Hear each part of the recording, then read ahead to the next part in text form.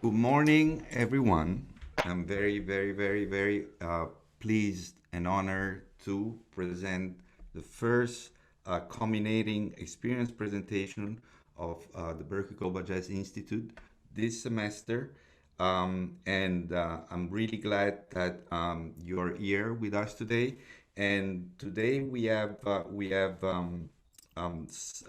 various people that I need to recognize immediately. First of all, our artistic director Danilo Perez, our distinguished faculty John Paritucci, and our faculty at Berklee Alan Chase, that is also the committee member and the advisor of the students that is presenting today, which I'm going to read a little bit about him.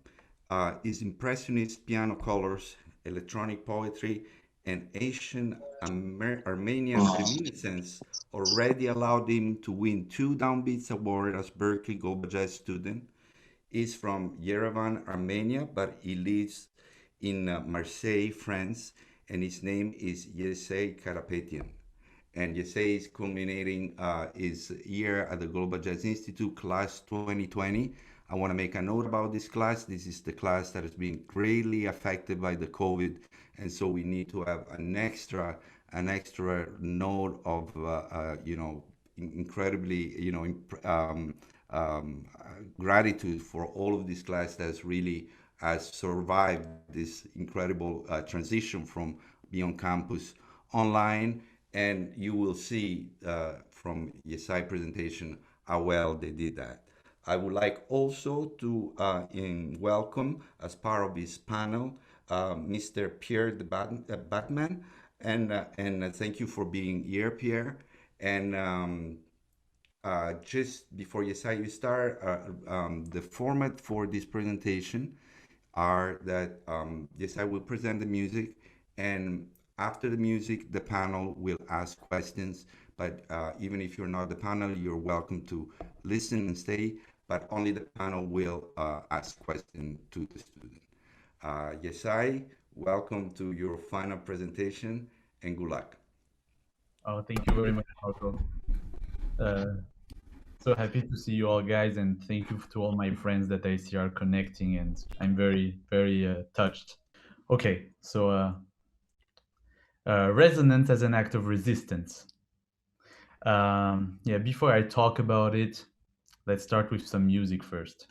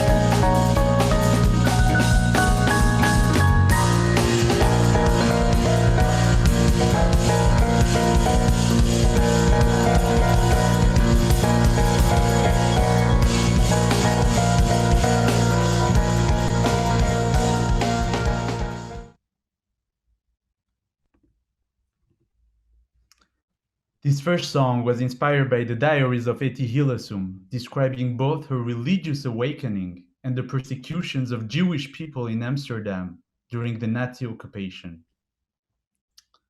In the concentration camp of Westerbork, she had unusual experiences of spiritual awakenings and insights. Those 2 months behind barbed wire have been the two richest and most intense months of my life, in which my highest values were so deeply confirmed. I have learned to love Westerbork. Hillesum addressed God repeatedly in her diaries, regarding him not as a savior, but as a power we must nurture inside of us. Alas, there doesn't seem to be much you yourself can do about our circumstances, about our lives. Neither do I hold you responsible. You cannot help us, but we must help you and defend your dwelling place inside us to the last. Hillesum died in Auschwitz in 1943, 3 months after throwing her last postcard with her final words out of a train. This is a continuing student's final presentation. Sorry? Did you say something? Keep going. Somebody was unmuted that shouldn't have been. Okay, thank you. Shortly after her death, another eminent figure arrived in Auschwitz and survived. It was the Italian Jewish chemist and writer Primo Levi. In his memoir, If This Is a Man, Levi talks about the shame of being a human being. Famous French philosopher Gilles Deleuze explained this very complex and composite feeling partly by the shame of having survived, in the place of certain friends who did not. The other aspect is simply how could human beings, several human beings, how could they do that? This question is obviously very complex, even though studies in psychology of obedience, education, and cognitive sciences, for example, can currently lead to a pretty deep understanding in the matter. But what I want to suggest here is that while we can choose what we inherit in terms of belief, behavioral and social cognitive biases, complexes, fears, or transgenerational trauma, it's our responsibility to make sure, especially as so-called adults, to do an active work in order to be aware and not be enslaved by these heritages. So what makes us blind to those and what distracts us from our responsibilities? One possible answer to this question could be found in the results of Berklee psychologist Rodolfo Mendoza Denton's experiment, where he asked volunteers to look at two photos of a little black boy and a little white boy, and to tell which one seemed being more aggressive. When the question was asked simply, most of the people answered that the two boys seemed equally aggressive. But when the psychologist asked another group of volunteers to remember a 9-digit number, like a phone number, during the experiment, most of the people answered that the black boy seemed more aggressive. According to Rodolfo Mendoza Denton, this result shows that the egalitarian discourse needs conscious cognitive resources using cerebral energy. And when these resources are used for something else, like remembering a phone number, choices become stereotypes. So the more our thinking and reflective skills diminish, the more we surrender to our implicit brain. And in fact, more and more studies suggest that our cognitive resources are currently diminishing. This diminution could be explained partly by the acceleration concept of German philosopher Hartmut Rosa. He begins from the observation that we are always confronted in our everyday life to the feeling that we don't have enough time, even when free time amount increases. He insists on the fact that it's not only the technological innovations, but an ideology corresponding to the project of modernity that is the cause of the acceleration, the desire to be autonomous. We don't want to be linked to anything, which means always being available in order to not miss anything. The consequence is the development of a pathology of modernity, depression. So I composed this next tune to point out this acceleration.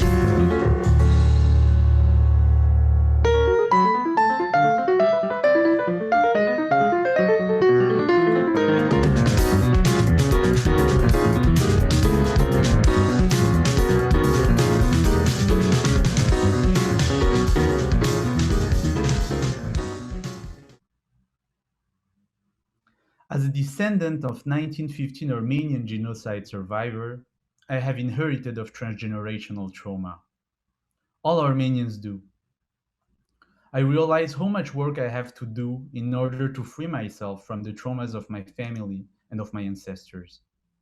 I also feel how much it is impossible for Armenian people to fully recover from this tragic past without active work from Turkish people as well. They inherited this work from their ancestors as much as we did. We have to heal together. No justice, no peace.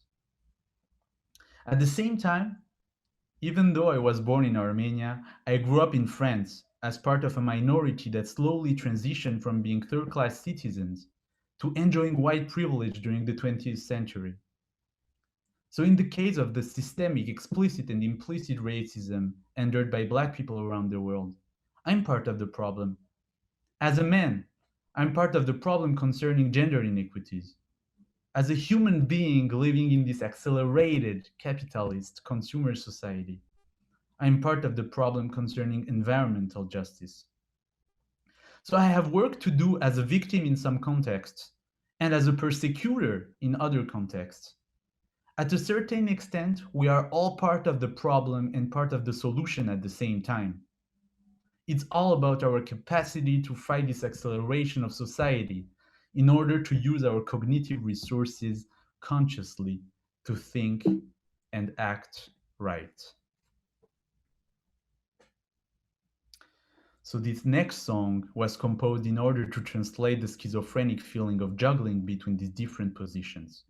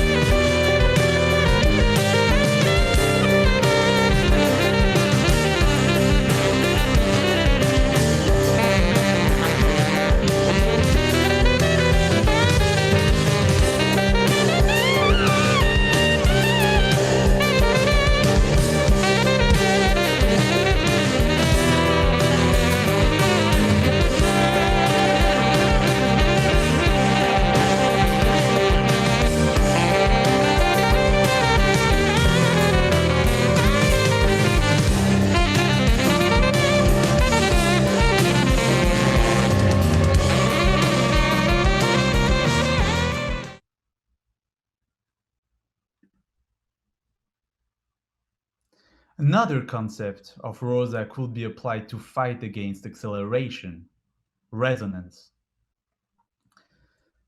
He defines resonance as a cognitive, emotional, and physical relationship to the world in which the subject, on one hand, is touched by the world, and on the other hand, responds to it by tangible actions, thus feeling his efficiency. He then describes the three possible axes of resonance: horizontal resonance going through family, friendship, and politics; diagonal resonance going through work, school, sport, and consumption; and finally, vertical resonance going through religion, nature, and art. Our relationship to our past, our experiences, sufferings, and what we make out of it is at the center of the healing process. The way we look back defines how we live now and therefore creates our future. In other words, one could transform the poison into medicine. I think that when we go to watch a play, a movie, a ballet, go to a concert, or experience art in any form, the artist can allow us to leave our past preconceptions and fears at the door, to fully experience life through new eyes, to discover the other. This very moment when we surrender to the art can be experienced as a moment of eternity. Wayne Shorter recently said during an interview that said during an interview with Christian McBride that you have no control over your destiny if you think you only live once. These moments of eternity, vertical resonance, allow us to live these other lives all at once. So you are free from the pathology of always being available in order to not miss anything. You just experienced everything. This is the tangible response of the artist to the accelerated world. The connection between us and nature, us and our nature. Maybe that's what Etty experienced in Westerbork in the midst of extreme conditions. She neither denied the horror of the Nazi terror nor identified with her victimhood. Etty developed an awareness of the indestructible beauty of this world. She writes, "The sky is full of birds. The purple lupins stand up so regally and peacefully. Two little old women have sat down for a chat. The sun is shining on my face. And right before our eyes, mass murder. The whole thing is simply beyond comprehension." Hillesum continuously writes from a place of great tenderness, empathy, and realization. For the next tune, I've been inspired by the unbelievable poetry of French writer Christian Bobin, L'autre visage, the other face.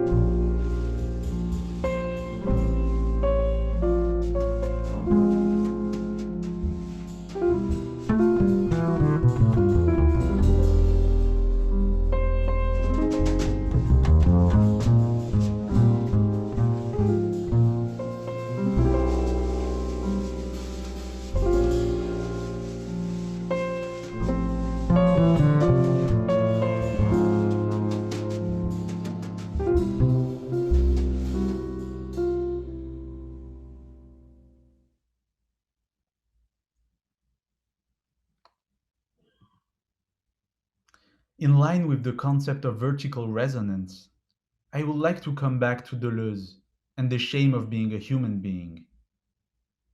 According to the philosopher, we often experience tiny little events that inspire us the shame of being a human being. We witness a scene in which someone has really been too vulgar. We don't want to make a big thing of it, but we are upset. Upset for this person, upset for ourselves because we seem nearly to accept this. Here again, we make some sort of compromise. But if we protest, a big drama gets made out of it and we're cut. So even at this minuscule level, there is a small shame of being a human being. If one doesn't feel that shame, there is no reason to create art. This last song is about resistance. To create these moments of eternity, vertical resonance is an act of resistance.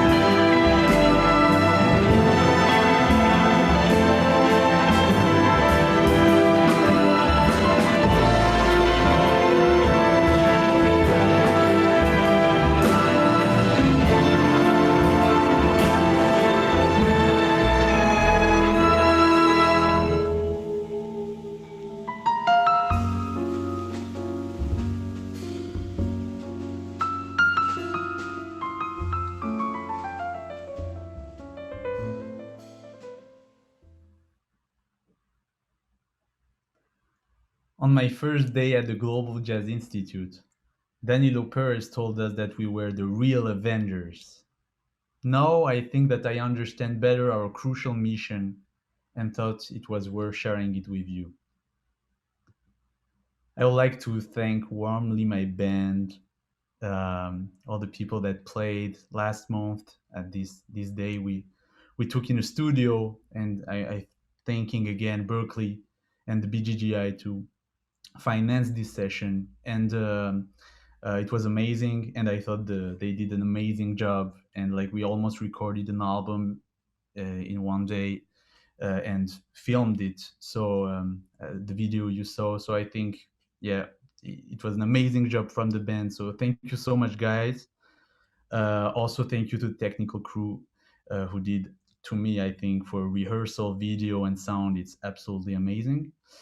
And to thank you, Fabien and Alice. And of course, I have special thanks to give. It will be too long to talk for each one of these person how many things I have to say to you guys, because it changed my life forever, each one of you. But like one special thank to Alan Chase, who I have been so patient with me to help me surf in the middle of a lot of paradoxes in my head, different ideas, letting me time to figure things out, and being always supportive.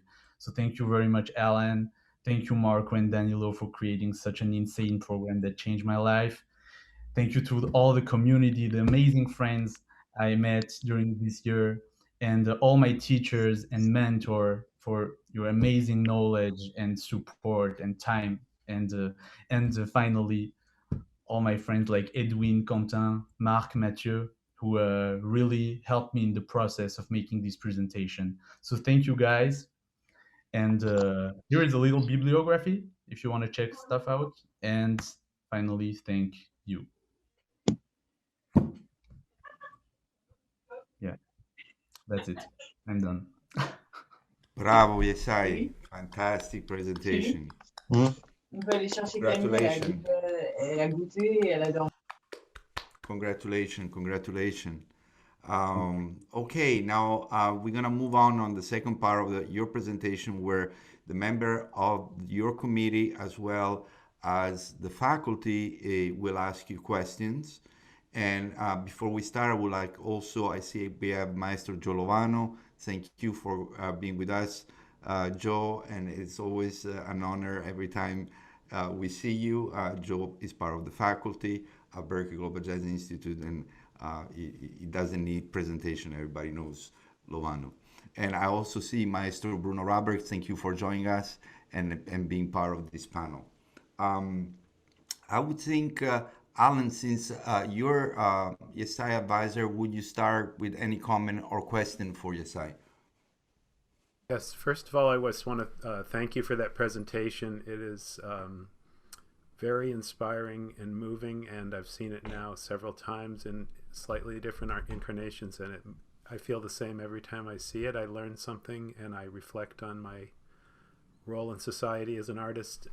I just really want to thank you for it. It's very deep, and the music is fantastic. I'm blown away by the band and the music and the writing and the playing, the solos that we hear there, and I look forward to, hopefully we'll all get to hear the entire album and much more of your music. I have one question. It's been a pleasure to work with you. I have one question for you that maybe is impossible to answer, but this idea of vertical resonance and being in the moment as an act of resistance to social and to the evils of resorting to stereotypes and not thinking through life and not being a responsible person. Is it some music that can do that? Is it all music? How do you strive to achieve that in your music, more than any music at all, in a way, like maybe any music could be said? Yeah, well, that's a hard question, but yeah, I'm thinking of it like probably as everybody do here, every day. It's a new journey for me, of course, and I think that like if we stay in the field of music, you have very different meanings to this word. Like right now, I feel in the society today, um, I feel kind of in the middle of two extremes with no center. Like this, like commercial music that is a product, which I can enjoy sometimes, but it's a product and it's not here to. It's not giving me anything but just a service. It's giving to me at this moment I'm consuming it, um, which is more like nearer to horizontal resonance, and uh, and and the other part is music that is extremely cerebral and scientific, and that is elevated to an elitistic thing, and uh, a lot of masters of their instruments, of composition, of everything. Like you can, it's insane. Like you have access to a lot of information nowadays, and you can be, yeah, an amazing, very sophisticated works, and still I enjoy it only with my head, eventually, because I have some keys to understand what the people are doing, uh, and and yeah, I feel trapped and I feel society right now is very trapped, and there's a few voices coming in the middle of it, and I think that's this music that I want to pursue, and that I'm talking about in this presentation, which is something that is not in the middle, but like that encapsulate these two aspects to a third bigger aspect, that can inspire us and simply, and that need, and that can heal, basically, that can heal, and you can't explain it sometime with intellectual words. It doesn't mean that it's not intellectually very advanced or commercially very well thought of. I don't know how. Yeah, I think you need these two aspects to make the third biggest aspect. And to finish, it's very much in link with my personal history and the history of a lot of people, I think, that love jazz music, and it's part of jazz music history as well, is that being a diaspora, like being from Armenian descent in a new country, I realized, like we talked a lot with my friend Edwin that is here today.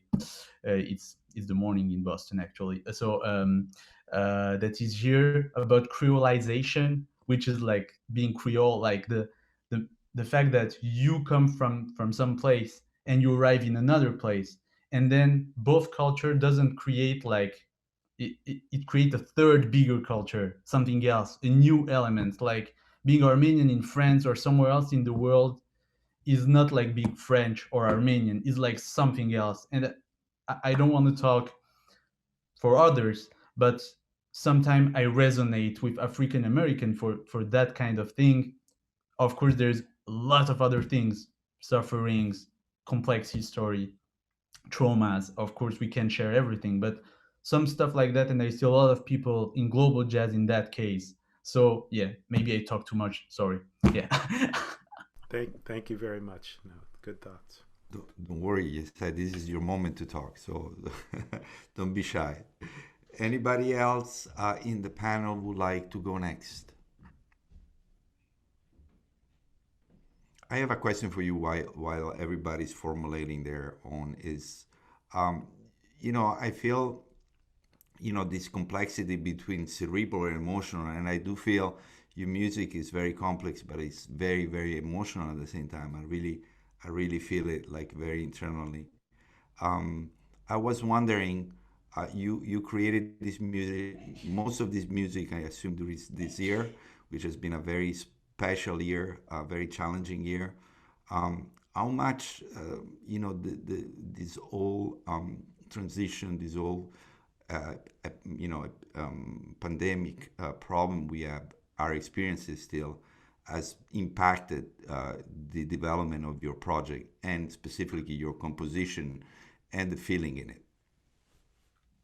And it disturbed me a lot. Like I started to get crazy. Like at first I thought I was super cool with it and super no problem, but then yeah, I would say that my presentation was absolutely not supposed to be that. Like I was working on something else before the pandemic that was way more, I like, I don't know, like it was about new technologies in music and how we can, like completely something else, which is super interesting. And I learned a lot of things, and I was very fond of that and reading articles and studies of a lot of new things and concerning business a lot too. So it was very about commercial things and yeah, how to enter to the next step of my life after the studies that we were talking just before the presentation. And the pandemic completely broke that in me, like making me realize, yeah, if I have to encapsulate it in one phrase, will be,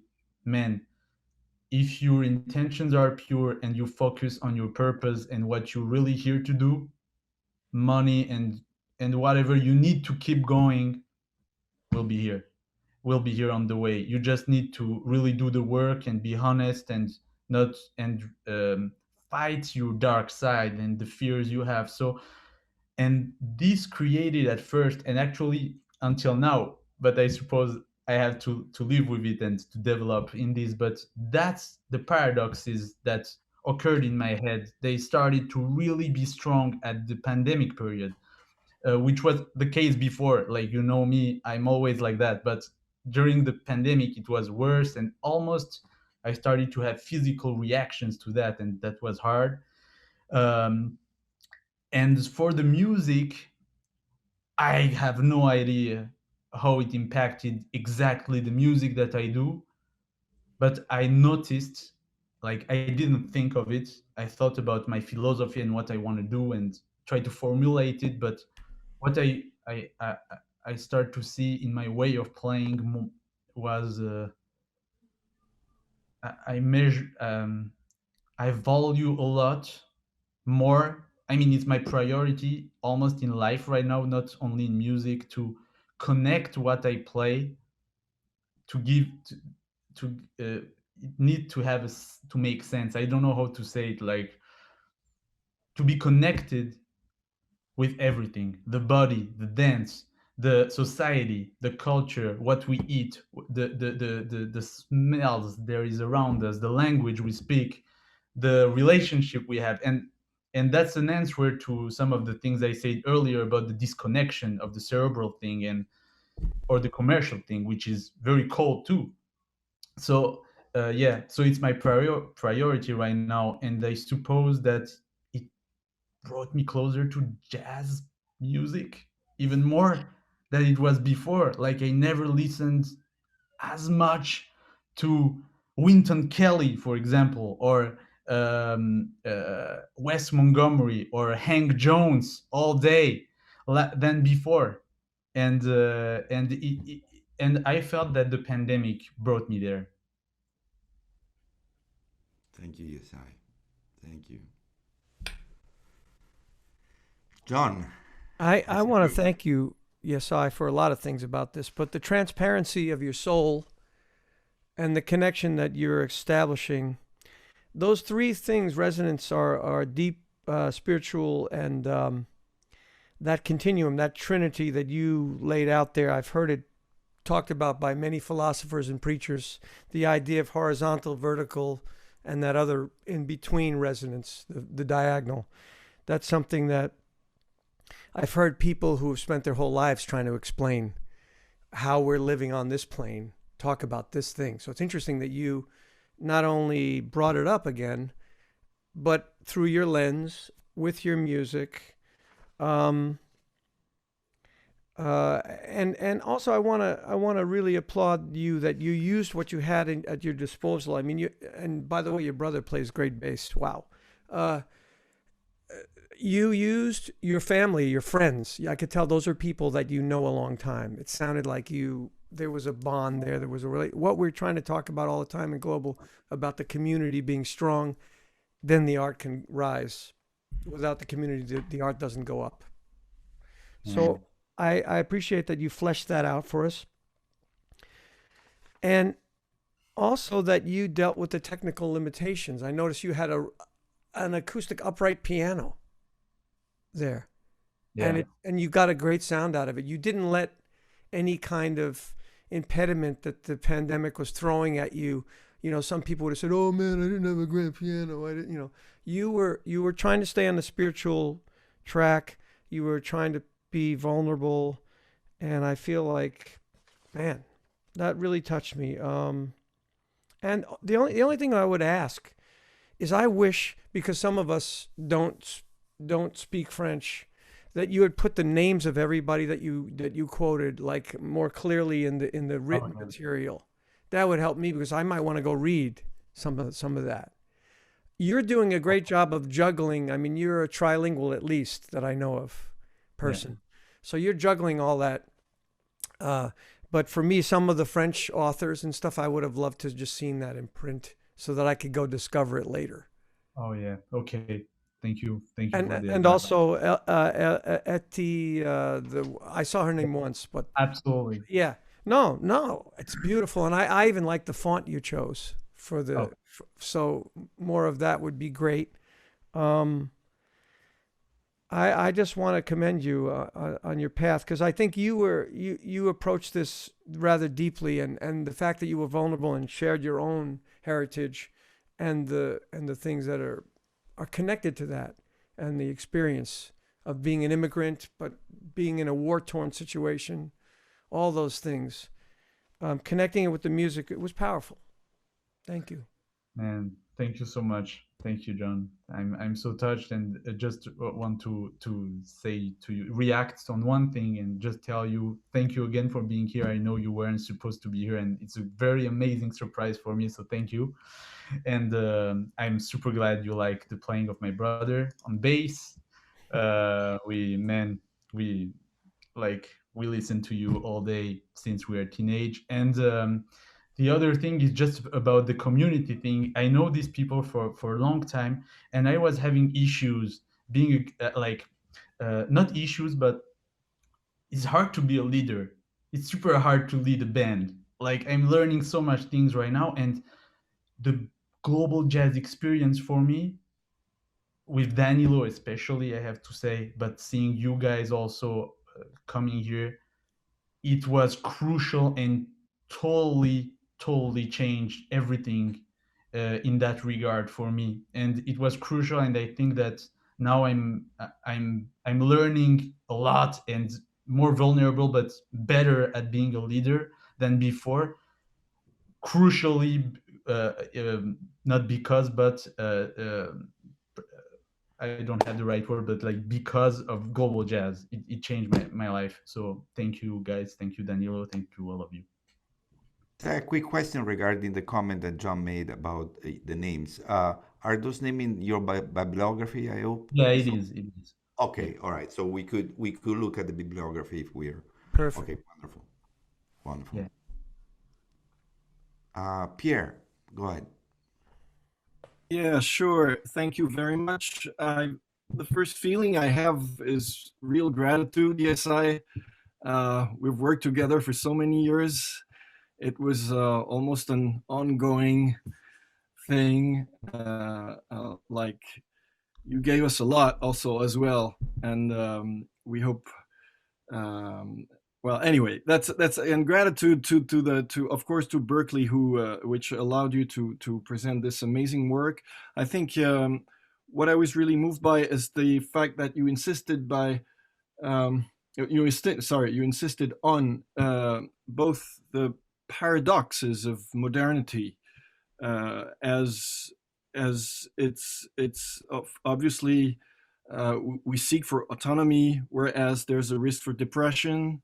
We make choices under pressure and acceleration, and what we inherit makes us both potential victims and potential persecutor. I think this is very, of course, the authors that you called for that analysis had made the job, but I think it's a very relevant action of you from you to sum it this way.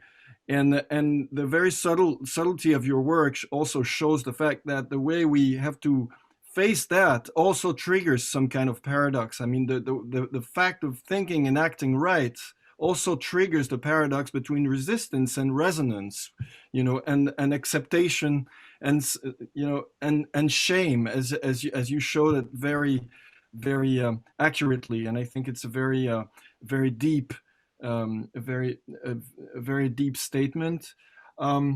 So that was my comment. That was a lot of gratitude for showing this this complexity of the situation. I think all people are, and specifically artists are in tough times. And I was talking about Armenia. I don't know, you didn't mention it, but we've had terrible news from over there lately, and I guess it's might be something that could be taken into account in your recent thinking, and on top of the pandemics and the sanitary situation that we're facing, of course, makes things. Actually, I think unfortunately Alan pretty much stole my question. So it was. I was about to ask you a question about the specificity of which type of music do you think is more accurate or more relevant, or perhaps, I don't know, if you want to develop anything about the specificity of music as in a specific art form to face this sort of paradox that we're facing, and perhaps compared to other types of art form, like and specifically perhaps on its collectiveness, compared to other art forms, which would be a little more solitary. I don't. Does that word exist in English? I don't know. I don't know. Something like that. Okay. Yeah. So anyway, that was my comment and a little question, if you feel like answering that. But anyway. Yeah. Well, thank you so much, Pierre, for everything you said. Okay, man. Thanks so much. And for that, yeah, of course, like music is the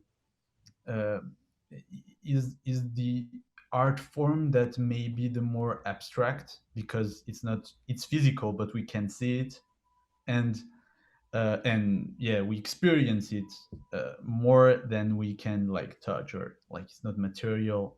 I mean, it is, but in another field. And in that way, it can connect us to it can unite us and trigger things in different cultures at the same time, more efficiently than any other art form, to me. But of course, there is a big challenge here, because of course, now in the accelerated world, we don't take the time to experience stuff like that. We it's way more visual, and we are like everything comes to us instead of us going to the things that even if we don't go to the art, we don't even just take the time to rest still and to experience. So it's a big challenge here, but I definitely think it's our challenge, and we have to face it, and we have to find solutions to it. And I take this responsibility for me in my life to find ways to take people by their hands, and uh, always being able to give them an opportunity every second I am living to experience this thing, whether it be by talking or by experiencing music. I think discussion, talking, like sharing words together, it's music too. I think it's totally it's very important too. So I consider it more and more like music. But just to finish with the music, I think one thing of the commercial and the cerebral part that I was talking earlier, one point they have in common is that we use concepts and definition to separate concepts. Like like definition and concept, like it's here to put in a box things, and yeah, it's not the same thing. And um, I, I think that we should uh, not separate by definition, but um, sorry, I can't formulate what I feel. Does I it have have anything to do with the acceptation, global acceptation, acceptation of mystery, and something like that? The limit of analysis? I don't know. yeah, I mean, I leave it on you. I mean, you know. yeah, definitely. Like, yeah, accepting to not know, accepting to be vulnerable, and uh, and it's okay to make mistakes, and we're here for it, and we're here to live, and yeah, it's more about that. But yeah, um, I will find a way to formulate very correctly what I was thinking. So thank you. You triggered something in me I have to figure out. Okay, great. Very well, very well. I'd like to say, can I say something here? Absolutely. Yes. Man, thank you for such a powerful presentation and revealing yourself the way you did in your life, in your viewpoints about life and the history. And the ensemble really played with a real strong unison of energy. And I think they were really feeling your passion and energy. And everyone's delivery was became like a oneness in each piece. And you were kind of driving it, but everybody like came up to it, and it was liberating in the execution.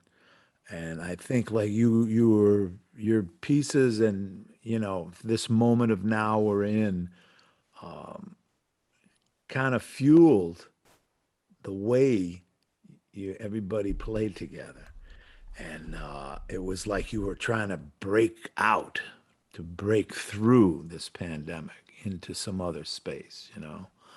And that also came through in a few of the later movements or compositions within. Now, did you put these pieces together in that sequence? Like, if you'd played this in a performance, would that be the sequence of events, the sequence of compositions?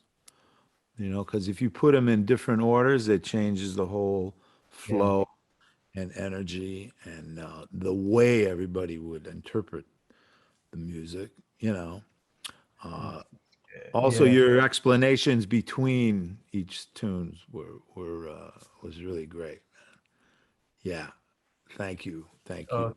And Joe, thank you so much. I have no word to describe, man, what I feel right now hearing you telling me that, and I will hope, yeah, for the order, It's almost what I will do. Like the few performances I could do, like we could do like 1.5 performance with this music since September in France.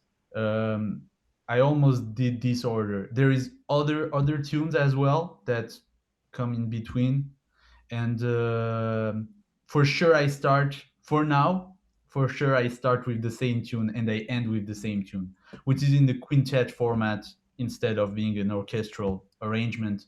We change the mood as well, of course, and in between maybe not, maybe I will change some songs, like for example the second song in trio. I wouldn't put the trio song as a second tune. I will keep it probably just before the last tune all together, or start with it, I don't know. But yeah, I'm still trying things, but yeah, I there's definitely yeah, it's this order is working, and I almost did this the 2 times we played.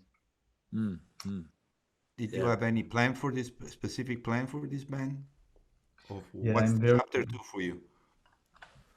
thanks, Marco. It's I'm very grateful because yeah, when the pandemic occurred and I came back to France, it was absolutely not my plan. Like this band was supposed to happen in Boston, and yeah, I didn't plan to come back to France at all. And now that I'm here, I absolutely, it's not an option to come back to the States, of course, but still I'm here for now. I was like, for a few months I didn't know where I live. Am I living in Marseille? Am I living in Paris? Am I living in Boston? Oh, I may come back to Boston in May. Oh no, I may come back in Boston in September. So I was lost in where I was living, and at one point I was like, okay, no, now you're here, let's do something. And the first opportunity was a contest in Paris, like an important jazz contest in Paris called Jazz à la Défense, and Tremplin Jazz à la Défense. And uh, I tried, to participate, and it worked very well. We like it was there was no official winner this year because the pandemic. They choose to help all the finalists. There were 6 bands, but like unofficially, we kind of won this contest, and so it gave me amazing opportunities to have a label who want to produce a record this year that we may record in May. I have a killing booker that is like just, I mean, he's the booker of Gary Bartz in Europe, so I'm very happy. And then, but it's, I mean, it's bullshit to talk about that. But anyway, it's a booker still in the pandemic situation. It's complicated, but it helps. And yeah, that's the 2 main things. Then I had another blessing where Pierre de Bettman helped me with this. There is another label that contacted me after asking to Pierre to record a solo album as well this year on the piano in France. So I'm preparing for these 2 things. But yeah, just to stay with this specific band, we have a label. We're gonna record this year in the quintet format, and yeah, I hope to develop all this and eventually come back in the States and having this music in my bag when I come back. Congratulations. That sounds really promising. Josiah, fantastic. Totally. I've taken a lot of time to digest. This is a lot to digest in one listening. But some things I want to point out. I'm really impressed, with your commitment throughout the year. And one question I have that I will drop on you, I would be curious to know, from when you started at Global to now, what are some of the fundamental things that you see change in your concept, and how you view your role in society as an artist? And wow, I will try to stay short, but the main thing is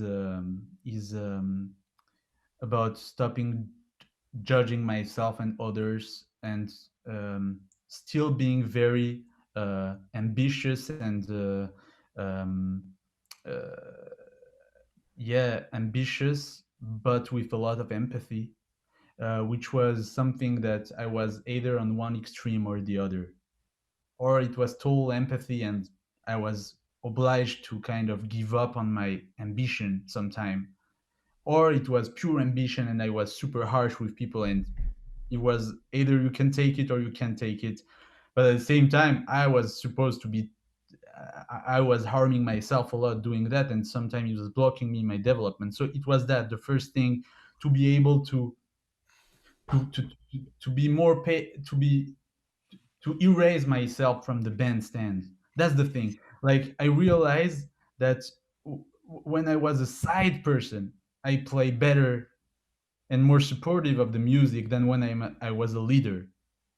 And I realized that it was because I put so much pressure on me when I'm a leader, and I start judging myself so hard, and it's not helping the music. And I realized that I should I'm just here to take care of a band. When I'm a leader, I'm here to take care of this quintet and make things happen. So it's not my quintet, it's a quintet, and you're here to support this quintet.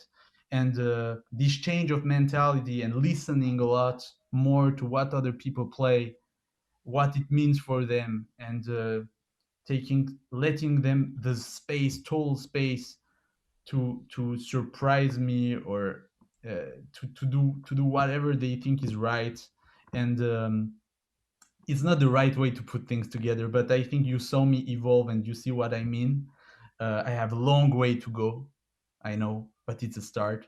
And that's the main thing that global changed me, my relationship to Africa and to rhythm. I realized how much music is colonized, and I realized the work we have to do to decolonize sound.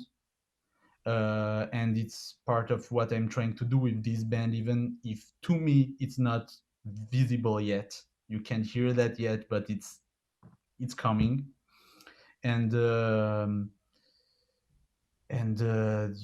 about like the role of the musician in the society, it brought me back to what I was doing when I started to play music, which was way more linked to Armenian community. We were meeting every week, like in a church, and it was always with dancers. And I was dancer too for 10 years, so I know what it is. So sometimes you play exactly the right thing, but the dancer come to you and, man, that's not it. That's not you didn't get it. Like, but you're playing exactly what it's supposed to be.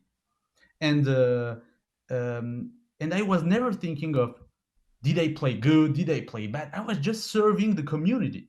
Like, this dancer needs me to play this for him to dance. And or now there is this event, or there is this wedding, or there is this thing. We need to play for the community. And I was seeing like the reaction of people, and it was alive. So it brought me back to that, realizing, man, you're first of all a human being, not an artist, not a um, I don't know what, like.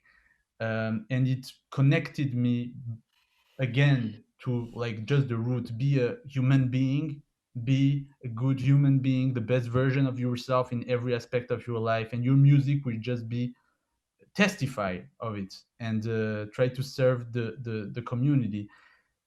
And that's part of what I was trying to say with more philosophical quotes in my presentation today.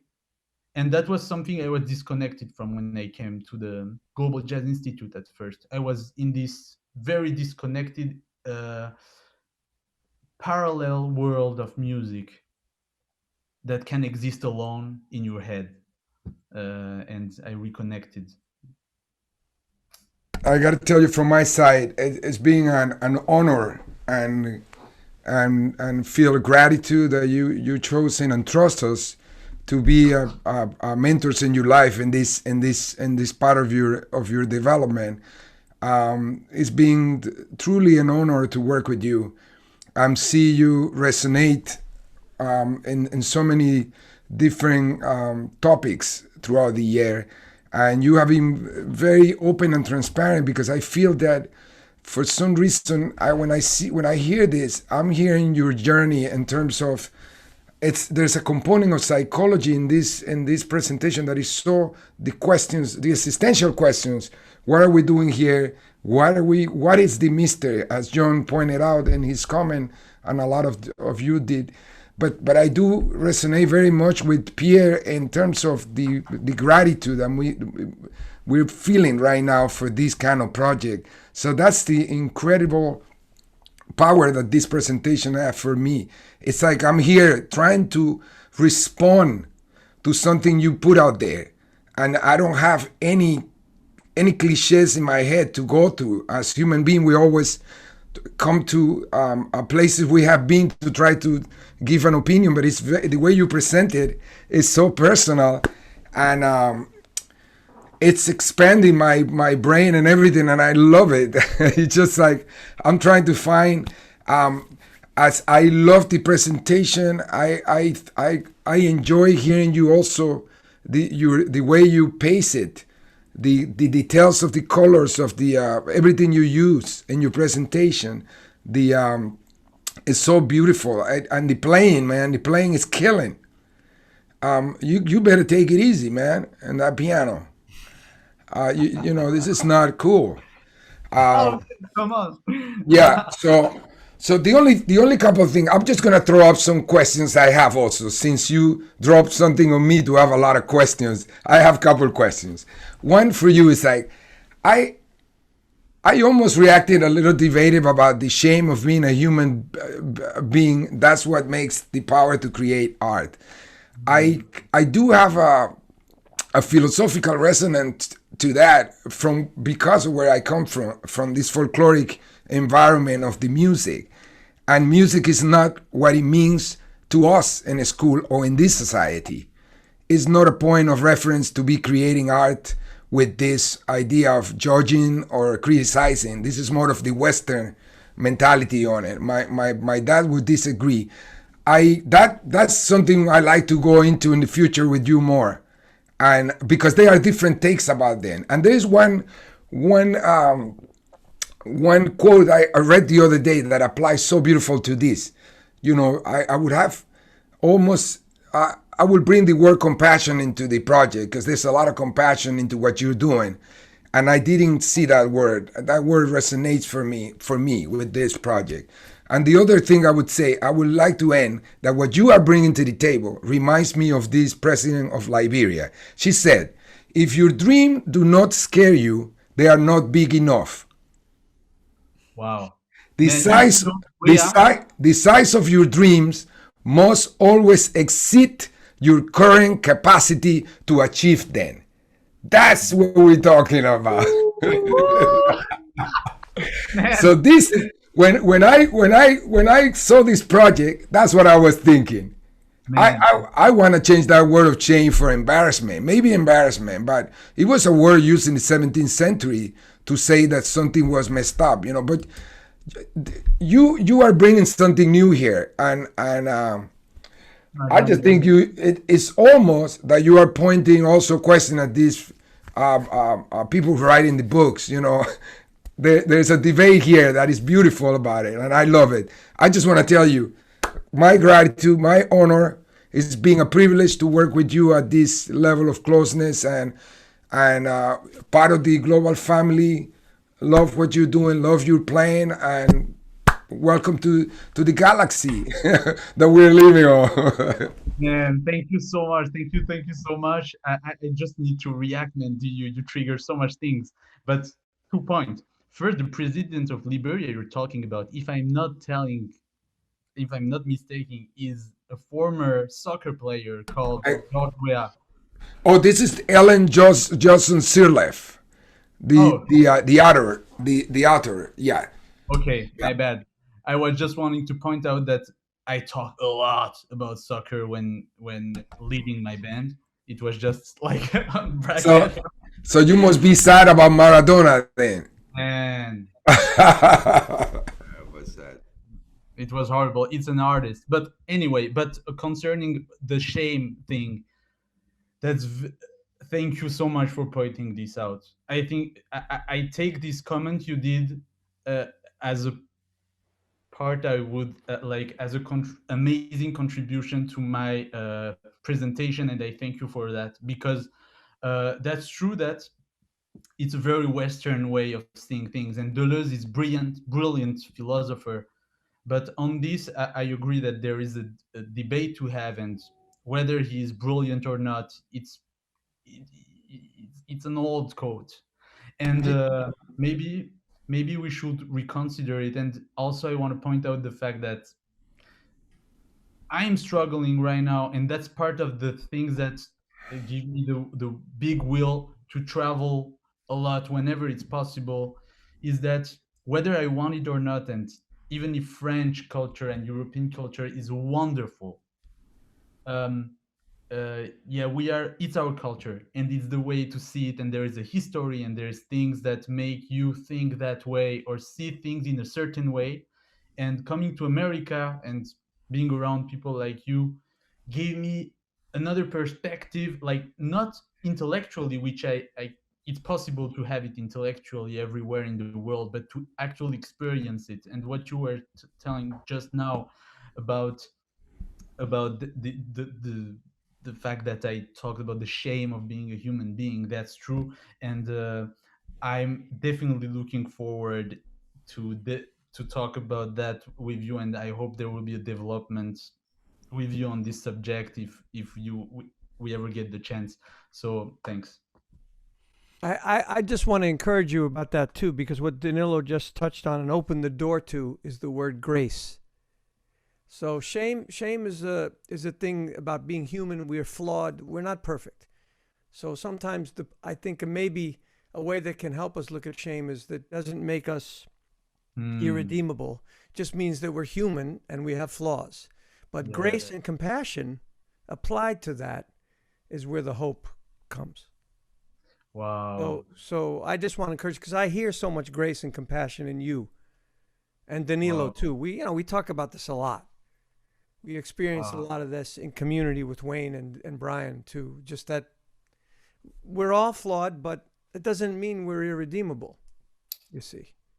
Wow, thanks so much, because it resonates a lot with a conversation I had with my mother yesterday, and with my friend Edwin that is watching too few weeks ago, about, and we talked about that too, John, on the phone like 2 weeks ago, about the fact that you can do mistakes, and instead of insisting on it, like the grace or just the pardon or to forgive, and this fact that there is not evil and good, like it's all the same thing, and it's one road, and evil is just the lack of love, and not some entity, an other infinite entity that exists, which would make it, I don't know, like it's I don't know, it's a thought I am having right now. I don't know what I'm talking about, is part of the mystery, but like I'm just experiencing. But maybe there is no evil as an infinite entity. It's just like one line, one vertical resonance, and the lack of love, of grace, of compassion can lead you to being in that state of and shame is a word that trigger just to point the other direction, and that's a political religious strategy, I suppose, that we inherited as Europeans. Well, I don't know. it's a flawed understanding of a religious principle. Yes, that's the problem when people trap in the negative part. But anyway, maybe. I would also just add to that a little bit, that we're in a different era now. Those words matter, and the words that we use define a certain period.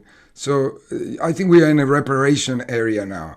We have to. We are getting in an emergency. So I think you are tapping into very interesting places here of creativity that has to do with self-kindness and self-judgment, common humanity versus isolation, kind of things like that.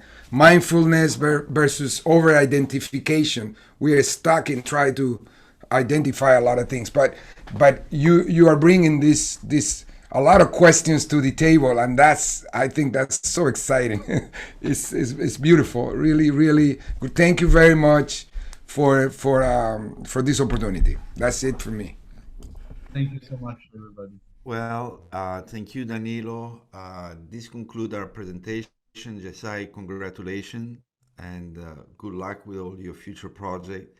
Congratulations with this wonderful, wonderful presentation you did today and your music you presented. I'd like to acknowledge all the artists and the faculty and the audience as well as your family. I think is here watching it. So thank you for tuning in. This is wonderful. And I would like just to remind all of you, tomorrow we have two more presentations this week, and we will have more next week. But for tomorrow, please join in for Matt Stubbs at 2:30, and for Steven Beats at 3:45. They will present their final presentation for today. Thank you everybody for coming. Yessai, congratulations. Please, you're part of the family. Please stay close. Thank you so much, guys. I'm so touched to see all of you. Thank you for coming. And Mary and thank you for Jennifer, as everything. always, thank you so much for all you do. And I'll see you all very soon. Yeah. Goodbye. Thanks. Thanks, Greg.